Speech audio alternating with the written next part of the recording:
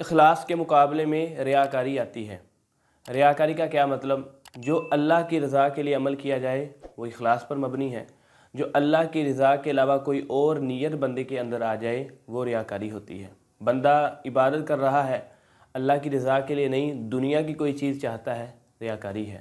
بندہ عبادت کر رہا ہے اللہ کی رضا مقصود نہیں، دنیا کی کوئی چیز چاہتا ہے، نمود و نمائش مقصود ہے، شہرت مقصود ہے، پیسہ مقصود ہے، کہیں کہ لوگ دیکھیں، کہیں بھئی واہ بھئی یہ بڑا عبادت گزار ہے، یہ بڑا اللہ کی عبادت کرنے والا ہے، بڑا نیک آدمی ہے، یہ ذہن، یہ سوچ، یہ فکر، یہ نظریہ آ جائے، یہ ریاکاری ہے۔ تو ریاکاری شرک اصغر ہے۔ اللہ کے رسول صلی اللہ علیہ وسلم نے اس کو شرک سے تعبیر کیا۔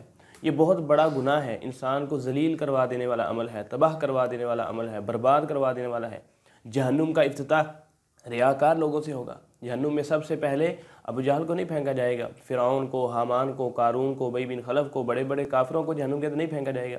سب سے پہلے جہنم کے اندر جن کو پھینکا جائے گا وہ مسلمان ہوں گے، لیکن ان کے اندر یہ چیز ہوگی، وہ ریاکاری کرنے والے ہوں گے۔ سب سے پہلے اللہ تعالیٰ قاری قرآن کو بلائیں گے، جس نے ساری زندگی قرآن پڑھایا ہوگا۔ اللہ پوچھیں گے اے بھائی میرے لیے کیا لے کے آیا ہے؟ وہ کہے گا اے اللہ ساری زندگی میں نے تیرے دین کے لیے لگا دی، میں قرآن پڑھتا رہا، قرآن پڑھاتا رہا، قرآن سیکھتا رہا، قرآن سکھاتا رہا، قرآن سمجھتا رہا، قرآن سمجھاتا رہا، ساری زندگی میں نے تیرے قرآن کے لیے وقف کر دی۔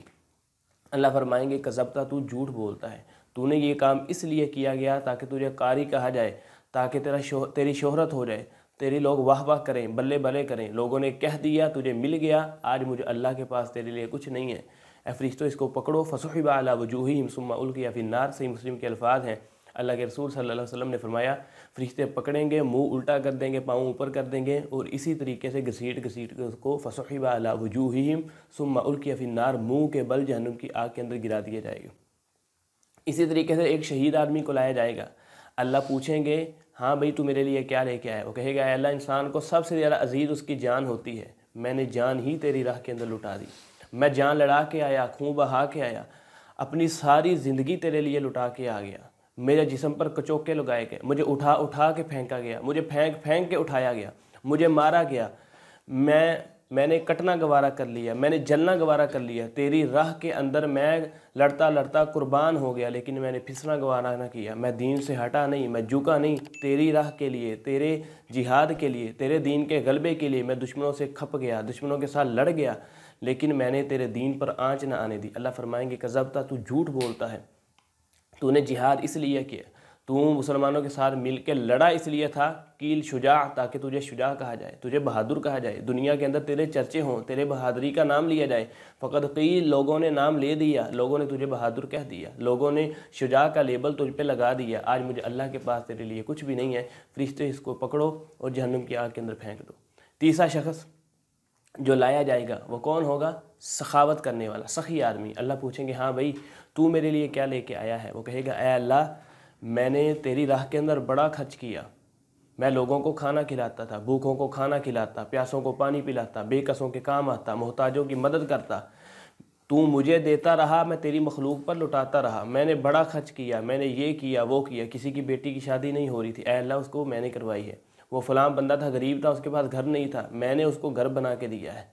جہاں بھی کسی مخلوق، تیری مخلوق میں سے کسی بندے کو ضرورت ہوتی تھی، مال کی، پیسے کی، کپڑے کی، اے اللہ میں لٹاتا تھا، میں دیتا تھا، تیری راہ کے اندر میں نے بڑا خرچ کیا ہے۔ اللہ فرمائیں گے کذبتا، تو جھوٹ بولتا ہے، تو نے یہ کام اس لیے کیا تاکہ قیل سخی، لوگ تجھے سخی کہنے لگ جائیں، ہاں بھئی یہ بڑا بندہ خرچ کرنے والا ہے، تیری نیت یہ تھی، لوگ تیری واہ واہ کریں، لوگ تیرے بلے بلے کریں، تیری واہ واہ بھی ہو گئی، بلے بلے بھی ہوگی، آج مجھے اللہ کے پاس تیرے لیے کچھ بھی نہیں ہے۔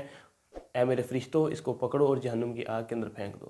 تو اس بندے کو بھی، اس سخی کو بھی جہنم کی آگ کے اندر پھینک دیا جائے گا۔ اس حدیث پر اگر ہم غور کریں تو جہنم کے ابتدا کے اندر اللہ کے رسول صلی اللہ علیہ وسلم نے یہ فرمایا کہ جہنم کا ابتدا ان تین لوگوں کے ساتھ ہوگا۔ قاری، قرآن پڑھنا کتنا فضیلت والا عمل ہے، خیرکم من تعلم القرآن وعلمہ، کائنات کا بہترین انسان اللہ کے رسول صلی اللہ علیہ وسلم نے فرمایا جو قرآن پڑھتا ہے پڑھاتا ہے۔ لیکن اگر اسی قاری کے اندر اخلاص نہ ہو، للہیت نہ ہو، نمود آ جائے، نمائش آ جائے، ریاکاری آ جائے، تو یہی قرآن پڑھنا پڑھانا انسان کی ذلت کا اور جہنم کے اندر جانے کا سبب بن جاتا ہے۔ جہاد کرنا، اللہ کی راہ کے اندر لڑنا کتنا بڑا عمل ہے، لیکن اسی کے اندر اگر ریاکاری آ جائے تو یہ جہاد کرنا ہی انسان کو تباہ کروا دیتا ہے۔ اللہ کی راہ کے اندر خرچ کرنا، سخاوت کرنا کتنا بڑا عمل ہے، لیکن اس کے اندر اگر ریاکاری آ جائے، نمود آ جائے، نمائش آ جائے تو اللہ کی راہ کے اندر خرچ کرنا ہی انسان کو ذلیل کروا دے گا۔ تو یہ ریاکاری ہے، بہت بڑا گناہ ہے، انسان کو ذلیل کروا دینے والا عمل ہے۔ ہمیں اپنے عملوں کے اندر اخلاص پیدا کرنا چاہیے، ریاکاری سے اللہ کی پناہ مانگنی چاہیے۔